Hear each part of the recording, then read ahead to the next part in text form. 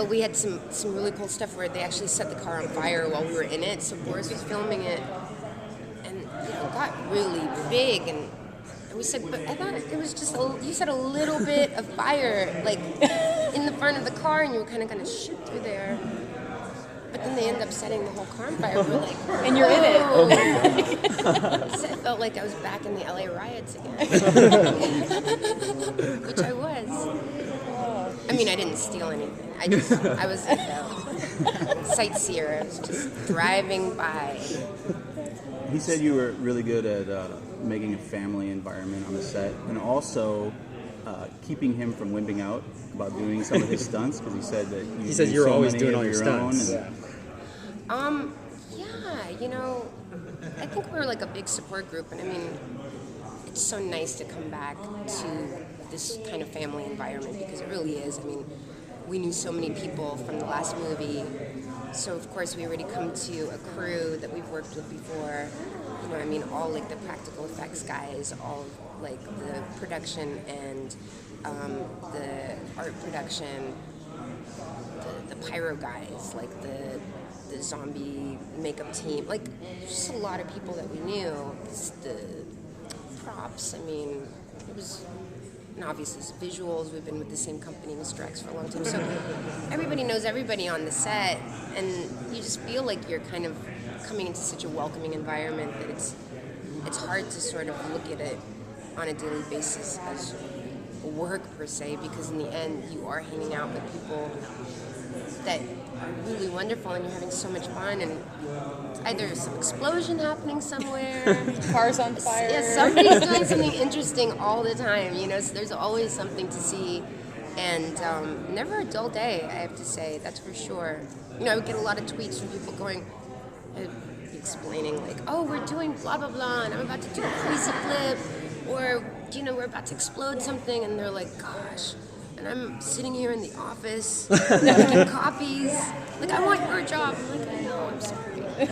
Do you feel kind of like the leader of this group, that people are following your lead?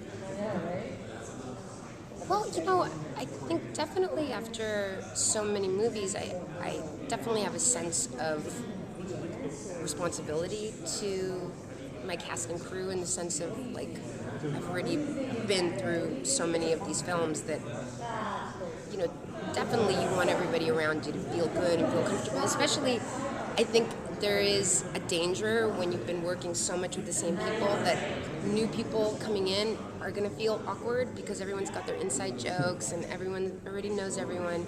So I just wanted to make sure that everyone felt accepted and part of the team, and nobody felt like out of the loop, or, which, like with Boris and I, can be really tough, because our families get together on the weekends, we do barbecues together, we're like really good friends. So it is tough to be with us on set, because after each movie wraps, are you like, oh, thank God, I'm gonna take a big break, or are you already like, all right, let me start the next one? Well, no, I mean, after this movie, after a big action film, you're always happy to wrap, and we wrapped Christmas Eve, so we were lucky to find any Christmas trees when we got home. So we had this like little pathetic tree, but anyway, it was good to wrap up.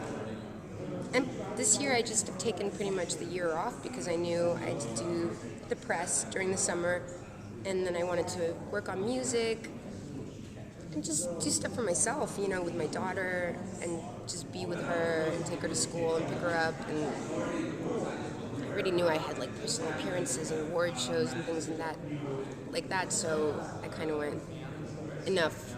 There's already enough lined up. How old is your daughter? She's 4.5. So do you watch a lot of like cartoons, and I'm assuming you're not watching Resident Evil with her, but No. Yeah, I mean, my daughter watches cartoons. I figured. I mean, sometimes she'll see like the trailers, but she's friends with all the zombies anyway. So she's like, oh, that's my friend. And then she would ask her dad, like, because she would help like put the blood splatters on. They were like these stickers. They were actually really amazing, because for the Corridor of Light, we ended up realizing, or the art department ended up realizing that the amount of time it would take not only to spray blood, but then to wipe it off for different, and then have to match it would be a nightmare. And so they made these amazing, and I think they need to like Those are market them stickers? stickers. I saw the scene at WonderCon, and it does not look like a sticker Right? at all. Because it's incredible, and they're kind of like see-through sheets of red stuff. So, and they come on like a piece of see-through paper, and so she was like, "Can I help?" And she sees what we're doing, and she's like, "Oh, stickers!" So she would like peel it off and help them place them. But it was a crazy set, that set. But so her dad would come home and she'd be like, "How are the zombies? Are they okay?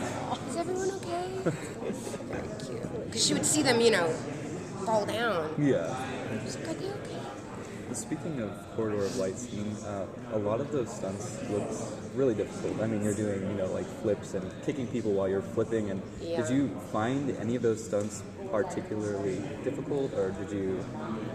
Are you just so Listen, used to it? stunts are always tough. I mean, like, I think I even was tweeting after before one of them, and I remember feeling this nervous, like, so nervous because I knew there was this big flip that I had to do and knock the guys while I'm in the air, and the set, because the way we shot, we could only afford to have, I think, like 15 feet max of the corridor of light, and one side was open so we could shoot in profile, but then it was designed in a way that you could pretty much shoot from whatever angle and it would look the same, right? So for that particular stunt, we had to turn, so like let's say, here's the corridor and we're going up and down. Now we had to turn so the camera is actually going up and down and we're turned vertically. Okay, so the stunt guy is at the very edge of the corridor and the other dude's behind me. And I was so nervous. And they laid down mats and he had his friends behind him.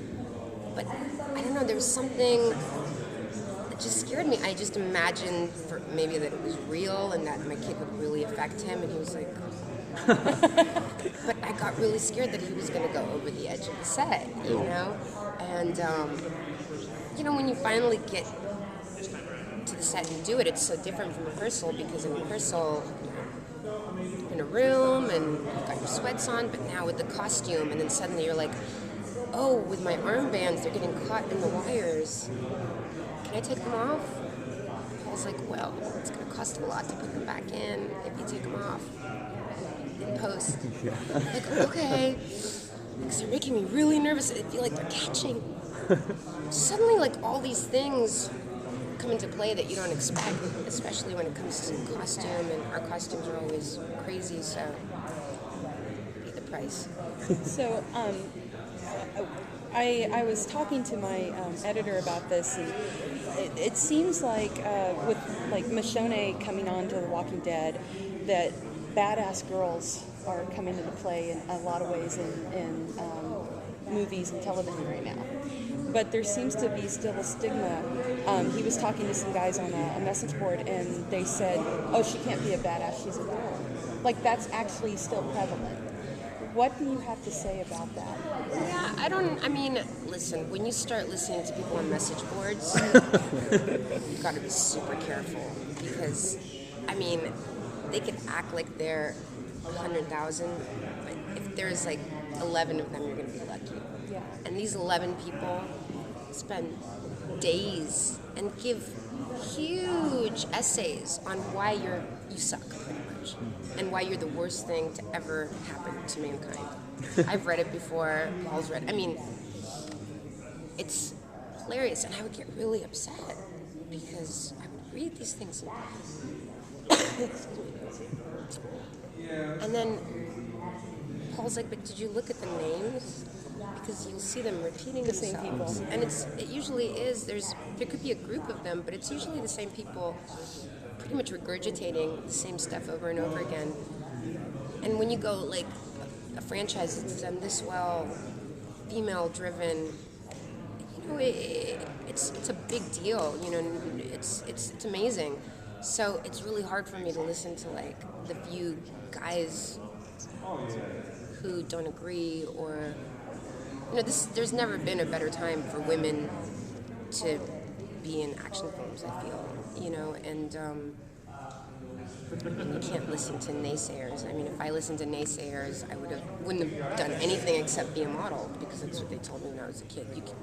You're a model. Why are you acting? Why are you trying to cross over? Why are you trying to do anything?